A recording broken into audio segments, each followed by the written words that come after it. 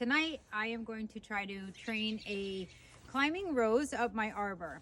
So it's been in the ground for 2 years, and this is the 3rd spring, which means I haven't done anything to it for the last 2 years, pruning wise. And this is the first year it's recommended that we prune, and we take the main canes and we train them at a 45-degree angle so that the lateral canes can produce blooms all the way from the bottom to the top. So this is a challenge for myself because I've researched for the last 2 years, I've researched how to train newly planted climbing roses and watched tons of videos. So I'm going to finally attempt to do it today. Wish me luck.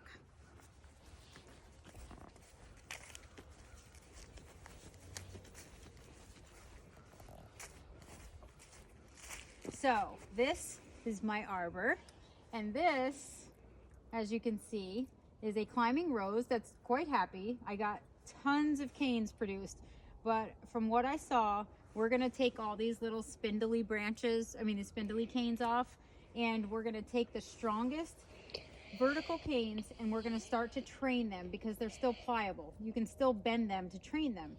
And the key to having your climbing rose bloom all the way up from the bottom to the top is to have your lateral canes come off of your main canes and grow this way. If you have your main canes climbing straight up, you're only going to get blooms at the top. So that's what we kind of want to avoid, unless that's what you want. I'm going for lots of bloom all the way to the top. So this is what I'm going to attempt to do. I'm going to find my main canes, which, as you can see, I'm going to take off all of these little canes, and hopefully I don't hurt myself because those prickers are not fun. And I'm just going to start cleaning this up. And the one thing that everyone made a promise of when I was watching the videos is that you can't prune too much. So don't be scared about pruning. That was the lesson. And of course, everybody once this rose got to the top, I didn't really want to prune it because I'm like, oh, then it's finally to the top, it's going to look gorgeous. But if I really want blooms on the side, now I have to take all of these canes and train them at a 45-degree angle so that the lateral canes can grow up and bloom. That's my goal.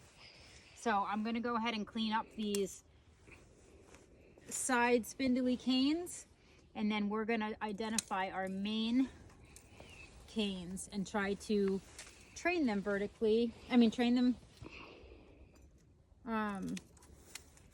horizontally at a 45-degree angle in order to achieve the look I want to go for.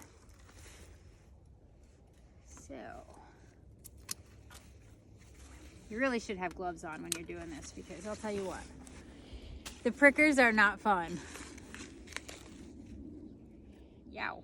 And this one, look at the size of these prickers. There's a reason the deer don't eat this one, I can tell you that. Oh, they're prickers, all right. Yep. Okay, so I'm gonna take out this one. This is a small cane.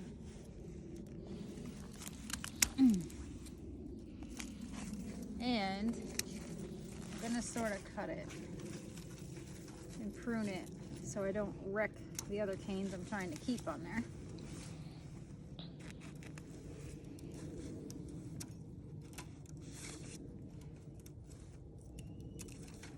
You can do it.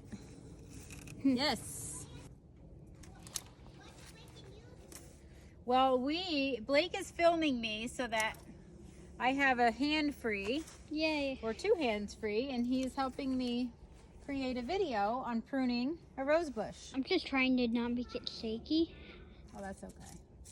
See how this cane goes all the way up to the top and it's still pliable, like I can still bend it without breaking it. So that's going to be one of my main canes.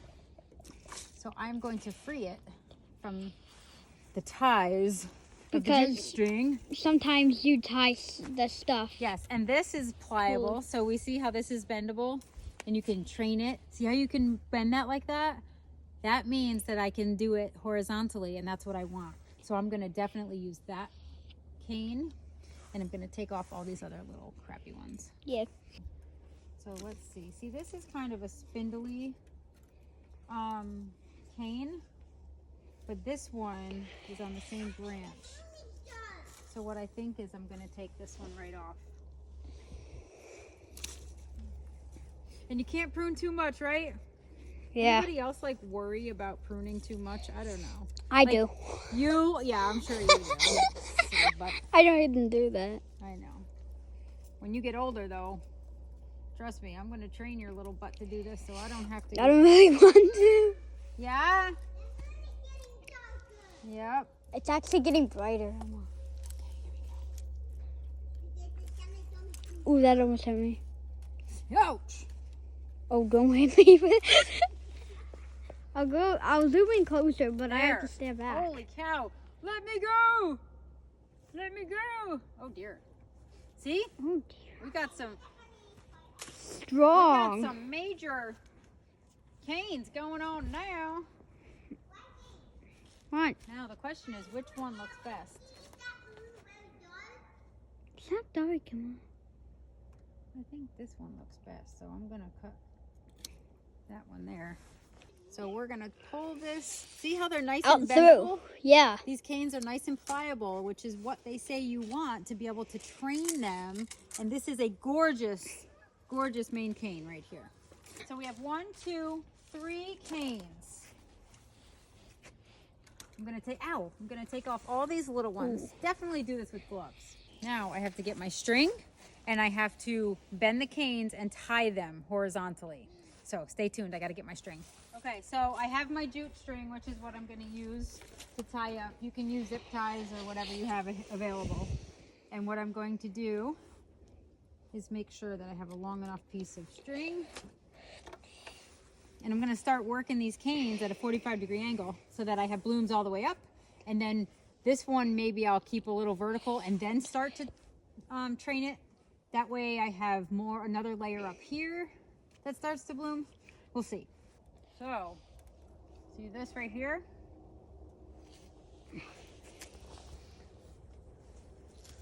I'm going to tie this here because, do you see what it's doing? It's going at a 45-degree angle, and that's what we want. 45-degree angle. Okay, so then I'm going to take another piece of string just so I have it ready. And then I'll get the next piece when I'm filming. And then what I want you to do is watch, come back over so you can see what I'm doing with this side. So now see how we have this?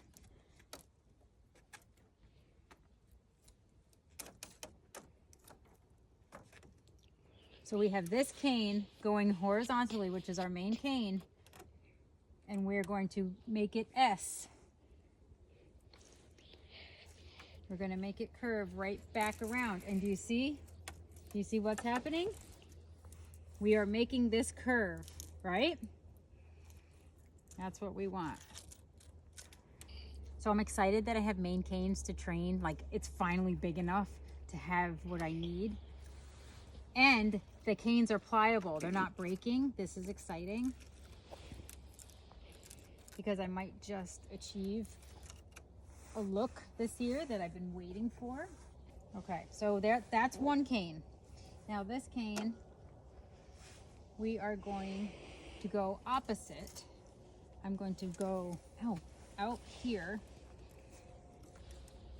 And maybe I'll have it come around. Oh, that's nice. That will definitely snap at you. And then, if I can control this guy, I'm going to have him come through here.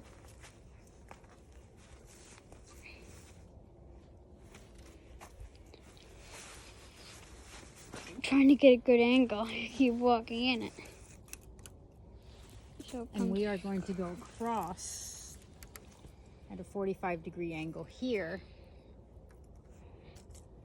And actually, I won't need any string for this one because it's kind of being held and weaved through, and it's staying. So see how we have that going at a 45-degree angle? This is what we want. Okay, so it's been pruned out, and I have my first main cane at 45-degree angle and sort of making an S loop so that I get lots of lateral cane growth with the buds, because that will allow blooms on this lower half of the arbor. I also started to train the second cane, as you can see, up this way. So I have the next layer of blooms, and then I'm going to take a couple of the taller canes and I'm going to sort of leave them up at the top. So I'll have my bottom covered.